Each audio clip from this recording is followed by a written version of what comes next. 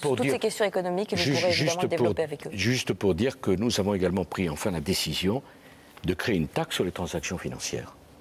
Nous avons trouvé un dispositif qui nous permet d'éviter les délocalisations, puisque toute entreprise cotée en France, même si on l'achète à New York, paiera une taxe de 0,1.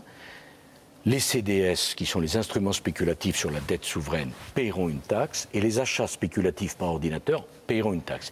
Nous espérons récupérer pour le budget de l'État, et donc réduire le déficit, 1 milliard d'euros en année pleine. Il est évident qu'à la minute où l'Europe se sera dotée d'une taxe, eh bien nous rejoindrons le groupe européen. On a maintenant les réponses. Bonsoir Jean-Paul Chapelle, vous nous avez rejoint. Quels seront les domaines concernés ? Eh bien David, chaque fois que vous achetez une action d'une grande entreprise française, par exemple Total, 40 €, eh bien vous allez payer une taxe de 0,1% de sa valeur. Dans ce cas, ça représente 4 centimes d'euros. Alors attention, la taxe ne concerne pas les obligations, les matières premières, le change, les monnaies, ni les produits dérivés. Qui, pour l'essentiel, va acquitter cette taxe ? Alors, si vous boursicotez directement, eh bien, c'est vous qui payez directement. Si vous avez une SICAV ou une assurance vie action, eh bien, c'est votre société de gestion qui va payer, mais qui sera tentée de vous le répercuter. En France, 7 millions d'épargnants sont concernés et cette taxe devrait rapporter à l'État plus d'1 milliard d'euros par an. Question importante, est-ce que cela va freiner la spéculation ? C'était l'un des objectifs aussi.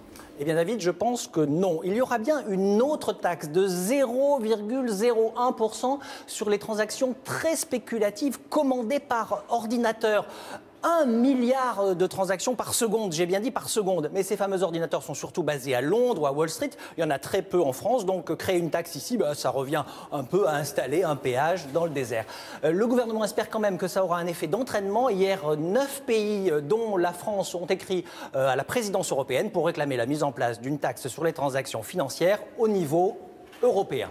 Ce que nous voulons, c'est provoquer un choc, montrer l'exemple, et il n'y a aucune raison que la finance dérégulée qui nous a conduits dans la situation que nous connaissions, eh bien, ne participe pas au redressement des comptes qu'elle a singulièrement contribué à dégrader.